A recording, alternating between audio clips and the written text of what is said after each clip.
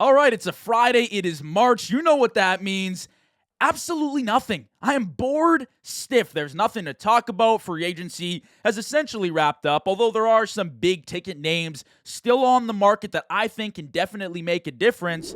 For the most part, guys have found their landing spots. We're in this awkward period between free agency and the draft where there's nothing really to discuss. And then after the draft, I'm sending out an SOS. I am patiently waiting on that NFL draft to come around. But for now that free agency has kind of concluded and the dust has settled, I want to talk about three teams heading into next season, considering the moves made in free agency and the draft capital and what we saw in 2025, that I truly believe with 100% of my confidence can make that jump from missing the playoffs in 2025 to making the playoff picture in 2026. Every single year, there's like 3 to 6 teams, I would estimate, that turn over in the playoff picture. It's crazy, and we see major jumps. A few years ago, how about the Commanders? Or this past season, Seattle jumps in, wins a Super Bowl, or the Jags, or the Bears. It happens every year. It's incredibly difficult to predict, but I'm going to do my best. I have 3 teams, and believe me, I can make an argument for like 7 to 10 teams to make the playoff picture next year, but these 3 in specific, I truly believe have a real shot and already have a team prepared to go the distance, never mind the draft picks they have available. Welcome back. It's JV Show. Thanks for rocking with me. If you love the content, please go ahead, like, comment, subscribe. It means a lot. Your support during the offseason is phenomenal. Again, I'm listing 3 teams that I truly believe will hop from outside the playoff picture in 2025 to inside the playoff picture in 2026. Kicking us off, a team that heated up. They were on a tear around the Thanksgiving period of last season, the Dallas Cowboys. Yeah, I've ripped on Jerry Jones quite a bit here on the show, and I don't necessarily agree with the management of contracts over in Dallas over the past decade, but what I do see is a team that went 7-9-1 in 2025, 7th in points for out of 32 teams, 27.7 points per game, but 32nd in points against. Literally the worst in the league at 30.1. This is a team that has the offensive firepower, but needed a stable defense and a stable defensive coordinator last year to make noise. They almost made it. They were 7-9-1, a few more wins with a little better of a defense. They could have made some noise in the playoffs. I think there's reason to believe heading into next season. Let me list you the reasons why. Number 1, Dak Prescott is coming off one of the best seasons of his professional career. 67.3% completion percentage. He's always been a fairly accurate passer, by the way. I thought I'd add that in.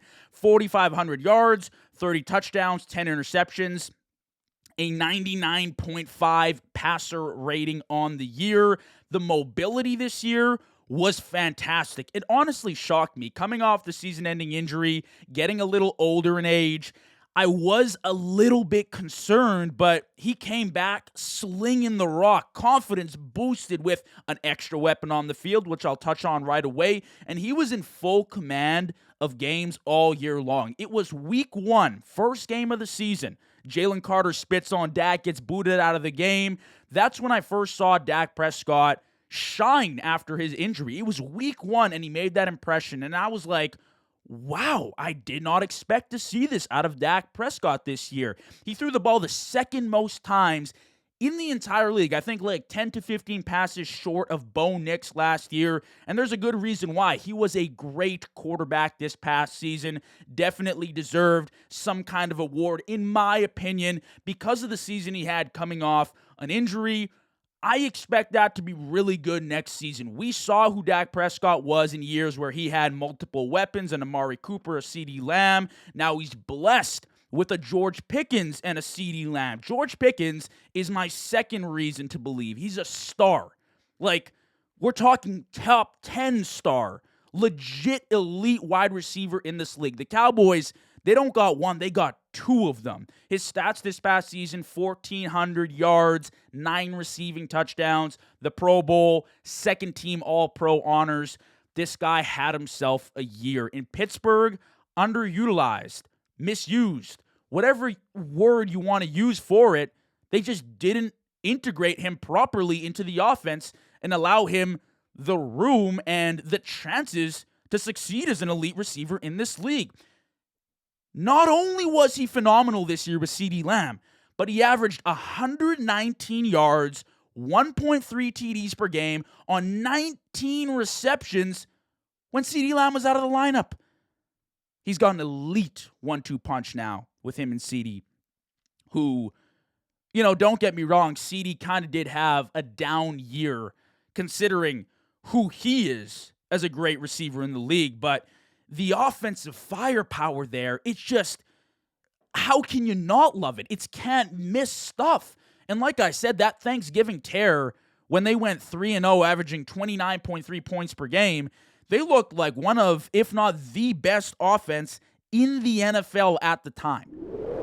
Now, obviously, they fell off and they struggled to begin and close out the year. That's fine, but I do think we saw the sparks there with the way the backfield operated. Javonte Williams had himself a great year. The way Dak Prescott played, it's going to be tough for opposing defenses to match up against a CeeDee Lamb, a George Pickens, worry about a very solid run game, and Dak Prescott, who is playing great football. And then you look at free agency and the draft capital they have. That's when you really buy into things. Upgrades on the defense and the 2 first-round picks. They brought in vets through free agency and midseason, which, they kind of came in at different points, and you were scratching your head. It's like, why didn't they get Micah back? Why couldn't they organize the contracts and sign Micah and keep him a Dallas Cowboy for life?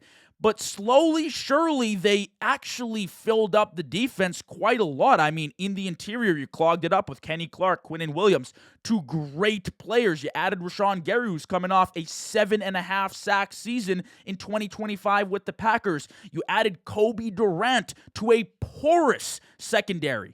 In 2024, he allowed a 54% completion percentage. 25 allowed a 59% completion percentage as the closest defender to the ball. So Kobe Durant is a solid pickup. I mean, he's not an all-pro level DB right now, but anything is an upgrade in Dallas as far as the secondary goes. And he adds a lot of versatility to the secondary, the ability to play multiple positions outside and in the slot as well. Having experience at both positions is huge. It's exactly what a guy like Christian Parker, the new DC in Dallas, wants to have in his toolkit to roll out every single Sunday. But then on top of that, I already mentioned this, 2 first-round draft picks this year. Expected to be defense and defense. And that's what really reels you in. That's what hooks you with this team. My biggest priority is pressure off the edge. Now, I raved about Rashawn Gary. I really like the move. You bring in a vet that's doing it at a high level, but you still need that game changer, right? You can't settle with a 7.5 sack season, especially if you're looking at winning a playoff game, going all the way, which every team wants to do. Teams that get to the quarterback, they succeed in the NFL. And Rashawn Gary is a very nice addition, but he's not the solution alone. I mean, think about Philly a few years ago. They rushed 4 in the Super Bowl and got to Mahomes like a zillion times and dominated that game at the line of scrimmage. Seattle this past season in the Super Bowl against Drake May feasted up front, got to Drake May, pressured him all game. It was all over from there. That's where it starts and that's where it ends. Now, I wouldn't be stunned if the Cowboys made a trade in the draft. I'm not sure what the odds are looking like with that. Could they trade up to get a top 10 edge rusher? I don't know, but I do expect them to add some asset off the edge and also add an asset in the secondary. That, for me, cleans up the majority of the defensive issues from this past season, plus the new defensive coordinator. It sounds great. And obviously it's on paper, and obviously it sounds. What actually happens matters. But right now, from what I've seen, the moves they've made, the way they looked with that offense last year, I have high hopes. You think of 2025 and you scratch your head, you're like, well, with all this star power, especially offensively, what held them back? Well, personally, I identified two things. The defense definitely held them back. They were terrible, like the worst in the league. Middle of the pack was the Steelers, I believe, at 22.8 points per game. With a defense like that, the Cowboys definitely make the playoffs with the way the offense was producing. And they just started too slow. They were 3-5-1. They were losing gimme games early on in the season, and they just weren't finishing their one-score battles. And for the most part, that was on the defense. It wasn't an offensive issue. But again, here's why I'm giving them the chance in 2026. I love the offensive firepower. If you couldn't tell, with Dak, CD, George Pickens, Javonte having a career year, 1,200 yards. My biggest reason to believe in this defense is honestly the addition of new defensive coordinator Christian Parker from Philly. This is a guy that Eagles fans in division have absolutely raved about, and they'll talk a shit about a lot of things. But Christian Parker isn't one of them, and they now go into the draft with 2 first-round picks to spend on assets on the defensive side of the ball. You had your strong free agency push, and I would like to mention I'm a huge fan of a linebacker, edge, whatever you want to call him, over there in Dallas. Overshown when healthy. When I've watched him play, he's an absolute baller. Listen, there is a lot of what-ifs with this Dallas defense. But I think the moves they've made are clear, definitive upgrades to what they had last year with Matt Eberflus. And from there, you're just climbing the ranks and you're getting better and better every week. The final thing is I truly think they could win out in this division. Philly is the best team right now on paper, and they've won the division back-to-back years, but I don't think they're this juggernaut anymore. They've lost players. The offense has not been nearly as consistent as you'd like, considering how many guys you're paying top dollar over there in Philly. I think this is anybody's division. And if Dallas has a hot start to the year and can get up on divisional battles and win a few key divisional games, I see them winning out in this division. Now, I'm not necessarily calling it right now, but if they won the division, I'd be like, yeah, that makes absolute sense. So I think the Cowboys right now can leapfrog Philly and actually win the division, or at least make a playoff spot next season. Now, number 2, a team that also missed the playoffs last year, obviously, the New Orleans Saints. The New Orleans Saints are the league's best kept secret. They probably got their franchise quarterback. They are suffering from absolute cap hell, and they still look like a really good team. You look at the record last year, 6-11. Points for was 28th out of 32 with 18 points per game. Points against, 16th out of 32, 22.5 points against per game. The defense was definitely a strong suit for them under Brandon Staley. And the offense only really started to click at, the week 13 mark, maybe, whenever it was. Tyler Shough had a few opportunities around week 10. It kind of took him a few weeks to get settled, but after that, they went on an absolute tear. And Tyler Shough himself is one of the league's best kept secrets after last season, and in my opinion, he should have won Offensive Rookie of the Year. I don't care. You can argue with the wall. On a full season scale, he absolutely knocks the award out the park. 10 games he played, 9 games he started, 67.6% completion percentage, 2,300 yards, 10 TDs, 6 interceptions. That's a 17-game pace of over 4,000 yards and 17 TDs. As a rookie, with the weapons he was working with, because Chris Olave was really the only, you could argue, elite or great weapon he had, and that's still not enough, in my opinion. And then you look at Olave's production, it increased the second Tyler Shough got in the game, nearly 10-plus yards per game, with 6 of 9 TDs coming from Shough in 2025. It's obvious.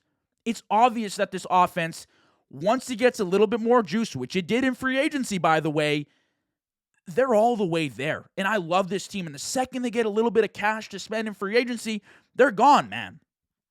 And keep in mind, this was a first-year connection with a brand-new offense, brand-new head coach. Kellen Moore had himself a great year and very few weapons. and 0 run game this past season to lean on. They were 28th in rushing yards per game in 2025. So I think, again, the sky is the limit for the way this offense performed. You look at free agency, major upgrades to a lackluster run game, which I just talked about. Travis Etienne signed. 2025, he had 260 carries, 1,100 yards, 7 TDs. Doesn't jump off the screen, but it's an upgrade from whatever they had last season. But personally, I'm more excited about the David Edwards move. $15 million per year, $61 million total over 4 years. The 15th highest paid guard in the league. An absolute steal. Coming from a Bills fan, you got him at a great discount. And now you upgrade the interior of your offensive line. Like, Etienne isn't a top 5 running back in the game, but he definitely adds a level of explosiveness to a backfield that you feel just took steps back once Kamara kind of fell off. You know, it just hasn't been the same.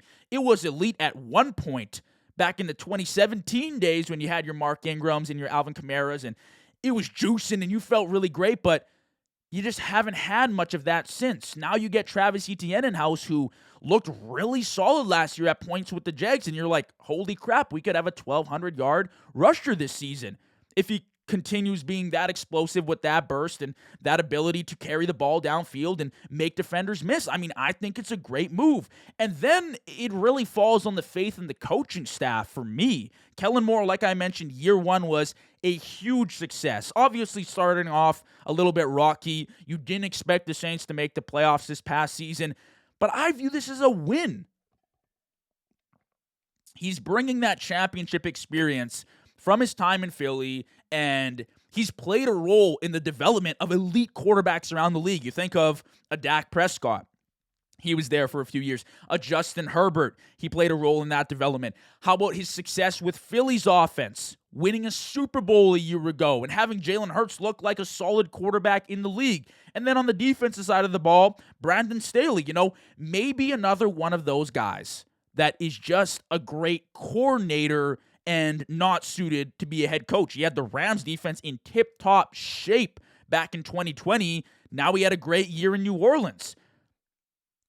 So I believe in the coaching staff. I like the youth offensively. And the defense, I mean, it's set. Like, they're not going to win the Super Bowl next year, but they're going to be a very good team, and they're going to compete. You look at 2025, and you're like, you know, what went wrong? So many different things, right? The inexperienced leadership and the lack of continuity on offense. Tyler Shough didn't get in until midway through the season. The lack of offensive star power I've mentioned, and the lack of weapons, right? It was like Chris Olave and who? No run game, no number 2 option. Juwan Johnson had himself a good year, but is that going to be a needle mover for you? Not necessarily. You started slow. You were 2-10 and then ripped off 4 of the last 5 wins, finishing 6-11. And like I've mentioned, you're in cap hell, right? You delayed contracts, you pushed them off, and you're just finally getting over it this year and I believe next year. And you're set to go. You're set to go and you're set to spend money in free agency. And that's where you really cash in. So, you know what? Maybe I'm a year early on this take, but based on the way they finished last season and the moves that they've quietly made in free agency, plus a draft pick in the first round, I like their odds. So why I'm giving them a chance? For 2 straight reasons. I like their odds in this division. Atlanta, Tampa Bay, Carolina, they are all absolutely beatable. They beat Carolina both times in 2025. They can steal this division easily. If they started last season at like week, whatever it was, 13, 14, whenever they started their win streak, they win the division outright. And then I just have faith in the Tyler Shough show.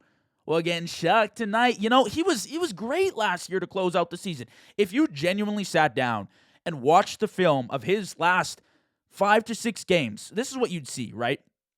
You'd see a patient, very intelligent, but decisive quarterback who makes quick reads and puts the ball exactly where it needs to be on time. The ability to layer the football as a rookie with touch on the pass. I mean, it was an incredible thing to see. And then the talent, extending the play with his legs, the vision downfield. He made so many plays on the run, driving downfield with his arm, beautiful passes. It's all there. It's the full package. And I know Saints fans, They were scratching their heads with the pick, but now you're like, holy crap, we might have found our guy.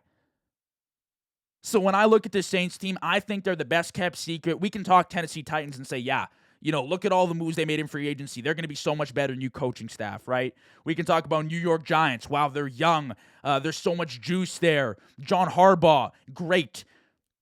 But the Saints are quietly a team that have gotten better. They've suffered, but they're ready to go. And if it's not this year, it's going to be the next, but I truly believe they give this division a run, and they could outright win it. And I hope they do.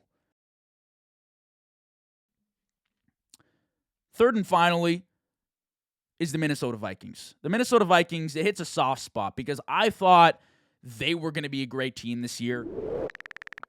They really were, honestly. Like, they were a good team. It was just a quarterback play that held them back. But they were like a win away from the playoffs. Quietly, at the end of the year, they were 9-8. The offense struggled, don't get me wrong. 26th of 32 in points per game, 20.2. And points against, I mean, you're like, holy crap, we hit the jackpot. 7th of 32, 19.6 points allowed per game. It really was the lack of consistency at the quarterback position. But there are so many reasons to believe heading into next season. And the number one reason, and obviously I'm going to talk about Kyler Murray, right?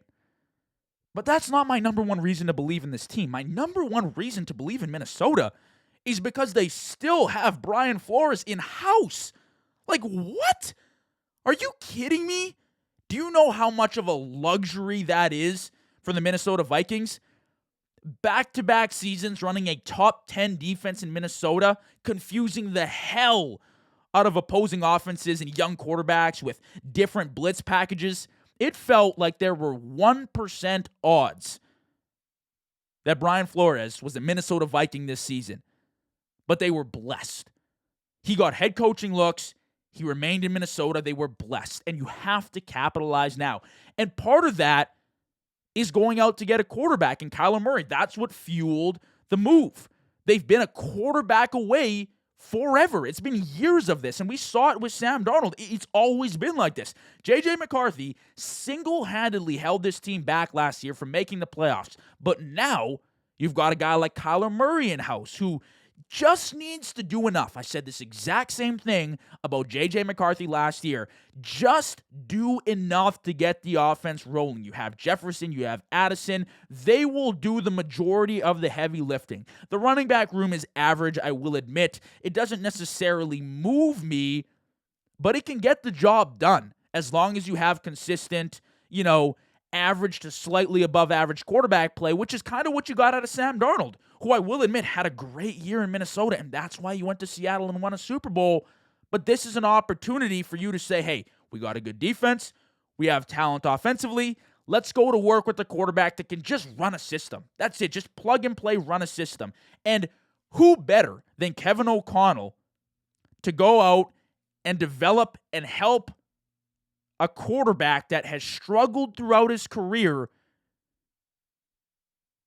have a career and have a season where he becomes that guy.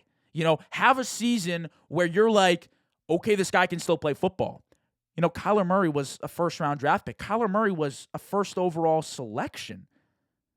And I'm not crowning Kevin O'Connell as this quarterback whisperer, okay? Because Sam Darnold had a great year, but to be a quarterback whisperer, in my opinion, you have to be like a Kyle Shanahan, a guy that you plug him into the system and he is good to go. Jimmy G, Brock Purdy, who gives a shit? Mac Jones, it doesn't matter. In my opinion, I have not seen that from Kevin O'Connell. That's not me saying he can't do that. But if there was a place right now you wanted to go as a quarterback looking to resurrect your career for a second chance, it's Minnesota with KOC because he's done it already with Sam Darnold. And I believe he can do it next year. What failed them in 2025 was the quarterback position. It was the horrendous quarterback performances because J.J. McCarthy, at so many different points, just couldn't read the defense. He cost them, at minimum, one game last year, which would have been the difference maker, by the way, of making a playoff spot. Like, think about I don't know, like week 2 Atlanta. The defense kept them in the game. It was a blowout. It was like 22-6. But still, it's like if J.J. McCarthy even had half decent of a game, they probably go up early and it's all over from there. And that was the story of the entire season. And they were red hot, way too late. Again, another team that starts way too slow and racks up the wins at the end of the year. They went 4-8 over their first 12 games and then won out. 5 straight games they won out at the end of the year. And the run game, too, it provided little support. Like, it's average, but with below average quarterback play, it's not going to do anything for you. But I think they got a chance because they got their missing piece. At least that's what I'm led to believe. And Kyler Murray, like I said, a former number 1 overall pick who is one of the greatest athletes we've seen in the league. I don't care what you have to say. I get it. He's small. But in my opinion, that just means he's that much more talented. If you have a little guy, 5'6", running around the field as a number 1 overall pick who also went top 10 in an MLB draft, and I'm not even a baseball fan, and I know how crazy that is, he's obviously got insane talent. Obviously. If he can't see over an offensive line and a team was still like, yeah, this guy is going to go number 1 overall, he's got it. He's got the talent. And he goes to Minnesota now. He's never played with the weapon like Justin Jefferson. That just is what it is. He's never had a true elite number 1 in his prime like this. It's all right there. It's exactly what I said last season. This is verbatim what I said last year. And on top of that, I don't necessarily think the NFC North is all that. I don't think it's chopped up to be what people make it out to be.